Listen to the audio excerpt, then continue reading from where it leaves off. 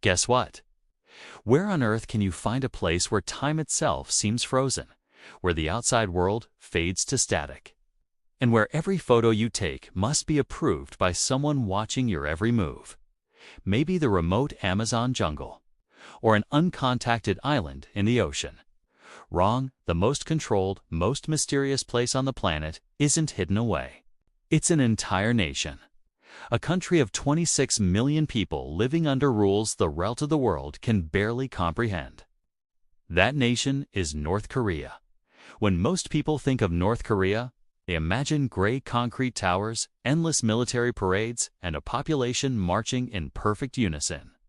They picture a land frozen in Cold War isolation. But the reality is far more complex. Beyond the propaganda posters lies a land of dramatic mountain ranges, ancient Buddhist temples, and a history stretching back thousands of years. This is the story of the Hermit Kingdom, a journey into the most secretive nation on Earth, where nothing is quite what it seems. Welcome to Travel Vibes. Long before the barbed wire and the watchtowers, the Korean peninsula existed as one unified cultural entity for over 1,000 years. Ancient kingdoms like Goguryeo, Baekje, and Silla competed for dominance, each developing distinct art and traditions. By the 7th century, the Silla dynasty had unified most of the peninsula, ushering in an era of cultural flourishing that would shape Korean identity for generations. Buddhism spread, traders connected Korea to the Silk Road, and Korean ceramics gained recognition across Asia.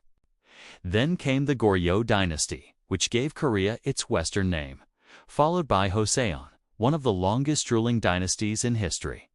Throughout these eras, the Korean people developed a shared language, a common script called Hangul, and cultural practices that remain visible on both sides of today's divide. The same ancestral rites, the same fermented foods, the same respect for education and family exist in both Seoul and Pyongyang. This isn't a nation created from nothing. It's a fragment of something much older. So how did one nation become two? The story begins in the final days of World War II. When Japan surrendered in 1945, ending its 35-year occupation, the Soviet Union advanced from the north and the U.S. from the south. In a hasty decision, American officials drew a line across the 38th parallel as a temporary administrative boundary. It became permanent. By 1948, two separate governments had formed, each claiming to be the rightful ruler of the entire peninsula. In June 1950, war erupted. The Korean War lasted 3 years, devastated both halves of the peninsula, and ended not with peace, but with a ceasefire that technically remains in effect today. The two Koreas have been frozen in a state of suspended conflict for over 70 years. For North Korea, the war never truly ended. The destruction from American bombing, which leveled almost every major city, became central to the national story. It shaped the architecture, the politics, and the psychology of an entire nation. At the heart of North Korean identity is a concept called Jukki, often translated as self-reliance. Developed by Kim Il-sung, it's the official state ideology, blending Marxist principles with Korean nationalism and Confucian traditions. Jukki is everywhere taught in schools, written on monuments, and even used for the calendar. Which starts with Kim Il-sung's birth in 1912.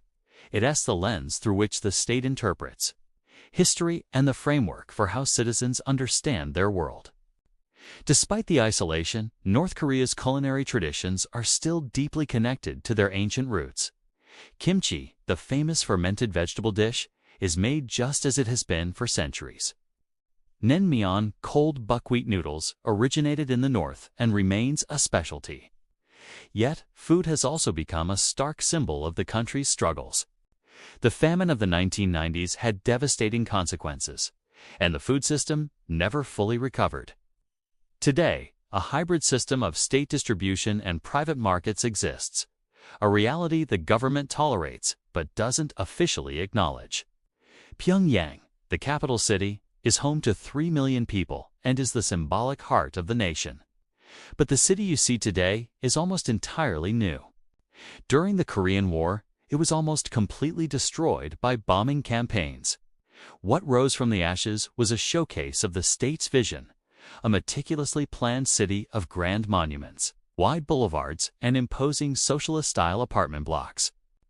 The Arch of Triumph, the Jukki Tower, and Kim Il-sung Square are not just landmarks. They are powerful symbols of resilience and ideology, built to tell a story of a nation reborn from destruction. From its ancient origins to its modern complexities, North Korea remains a land of profound contradictions. A place where a shared heritage is divided by an impassable border, and where the official narrative often conceals a much deeper, more human story. Welcome to a journey into one of the most enigmatic cities on Earth, Pyongyang. After the Korean War left it in ruins, it was reborn not as a copy of its past, but as a grand stage for socialist ideals. Let's explore the stories etched into its very foundations. First, the Jukki Tower. Reaching 170 meters into the sky, this monument is a powerful symbol. Completed in 1982 for Kim Il-sung's 70th birthday. It's built from 25,550 granite blocks, one for each day of his life up to that point. At its top, a massive torch glows, a beacon of self-reliance visible across the city. From its observation deck, the city's design becomes clear. A perfectly planned landscape of wide boulevards and symmetrical districts. A choreographed urban dream. At its base, sculptures of a worker, a farmer, and an intellectual hold up the hammer, sickle, and brush, the emblem of the Workers' Party. Nearby, you'll find the Arch of Triumph. If it looks familiar, that's intentional. Finished in 1982, it commemorates the resistance against Japanese occupation. But at 60 meters tall, it stands 10 meters higher than its famous counterpart in Paris.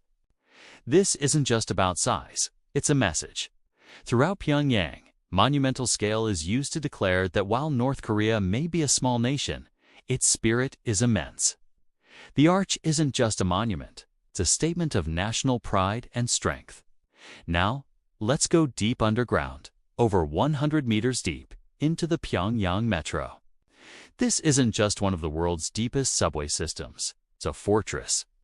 The tunnels were designed to double as massive bomb shelters, a lasting reminder of wartime fears.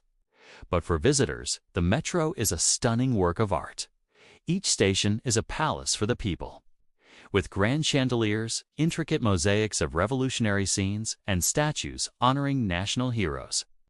Station names like Triumph, Restoration, and Glory reinforce the nation's core beliefs. Riding the metro offers a rare, albeit carefully managed, glimpse into the daily commute of Pyongyang citizens. At the very heart of the capital is Kim Il-sung Square. This vast plaza can hold over 100,000 people and is the backdrop for North Korea's most iconic events, the massive military parades and synchronized mass games you've likely seen in photos. On a regular day, however, it's a strikingly different scene. You might see students roller skating or people simply crossing the square. What you won't see are advertisements or commercial signs, creating an atmosphere unlike any other major city. Across the river stands the Grand People's Study House. Its traditional Korean design, a nod to the nation's cultural heritage. Just 50 kilometers south, the atmosphere shifts dramatically. We arrive at the DMZ, the Demilitarized Zone. Stretching 250 kilometers, it is the most heavily fortified border on the planet. Here at Panmunjom, a simple concrete line on the ground separates North and South Korea. Soldiers stand face to face, a constant, silent reminder of the division. For decades, these blue huts straddling the border have been the site of tense negotiations and historic confrontations. The story you hear about the DMZ depends entirely on which side you're visiting from two histories, separated by just a few meters of concrete. Finally, we visit Kaesong, the ancient capital of the Goryeo dynasty, the very dynasty that gave Korea its name. Unlike Pyongyang, Kaesong's historic center survived the war. Here, you can walk down narrow streets lined with traditional houses and visit the Goryeo Museum. which holds treasures from a time when the peninsula was united. The royal tombs scattered in the nearby hills are even a UNESCO World Heritage Site. For North Korea, Kaesong is a symbol of a glorious, unbroken history, a reminder of a time before division. From the grand monuments of Pyongyang to the quiet history of Kaesong, North Korea's landscape is a book written in stone, telling a story of resilience, ideology, and a deep connection to its past. Ever wonder what lies beyond Pyongyang? North Korea is often seen through the lens of its capital. But the country holds so much more ancient history, sacred mountains, and stunning natural beauty. Let's explore 5 incredible locations that reveal a different side of this mysterious nation. First, let's head south to Kaesong, near the DMZ. This city was the capital of the Goryeo dynasty for almost 500 years, long before Korea was divided. Unlike Pyongyang, which was rebuilt after the Korean War, Kaesong's historic heart survived. You can wander through narrow streets with traditional houses and visit the Goryeo Museum, which holds artifacts from the dynasty that gave Korea its name. It's a rare window into a unified, historical Korea. Next, we travel north to Mount Myeoyang, a place considered sacred for centuries. It's home to the Poyon Temple, a Buddhist complex founded over 1,000 years ago. But the mountain is also famous for something else: the International Friendship Exhibition.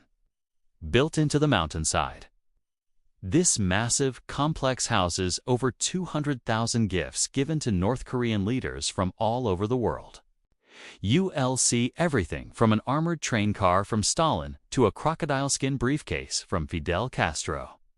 It's a surreal display meant to show that despite its isolation, North Korea has friends. Back in Pyongyang, we find the most sacred site in the nation, the Kumsusan Palace of the Sun. This is the mausoleum for Kim Il-sung and Kim Jong-il, whose preserved bodies lie in state. For North Koreans, a visit is an act of deep devotion. For outsiders, it's a highly ritualized experience with strict dress codes and a somber, reverent atmosphere. Originally Kim Il-sung's residence, its transformation into a grand mausoleum reinforces the divine status of the Kim family. Now for a journey to the border with China, to Mount Pyektu, the highest peak on the Korean peninsula. This active volcano, with its stunning heaven lake in the caldera, is considered the spiritual birthplace of the Korean people. For North Korea, it holds extra significance as the official birthplace of Kim Jong-il. Regardless of the politics, the mountain itself is breathtaking. In winter, it's a frozen wonderland. In summer, the lake reflects the sky in brilliant shades of blue. It's one of the most remote and visually striking destinations you can imagine. Finally, we explore the eastern coastline, a world away from the political centers. This region, facing the Sea of Japan, features dramatic landscapes like the Kumgang Mountains, known as the Diamond Mountains for their jagged, sparkling peaks. The coast is dotted with fishing villages and developing tourist zones like Wonsan, where you can see a different, more relaxed pace of life. This area highlights North Korea's incredible natural scenery and its efforts to open up to tourism on its own terms. From ancient capitals to sacred peaks, North Korea is a land of profound contrasts and hidden depths. These places offer a glimpse into the history, culture, and nature that exist far beyond the headlines. Thanks for watching, and don't forget to subscribe for more journeys to fascinating places.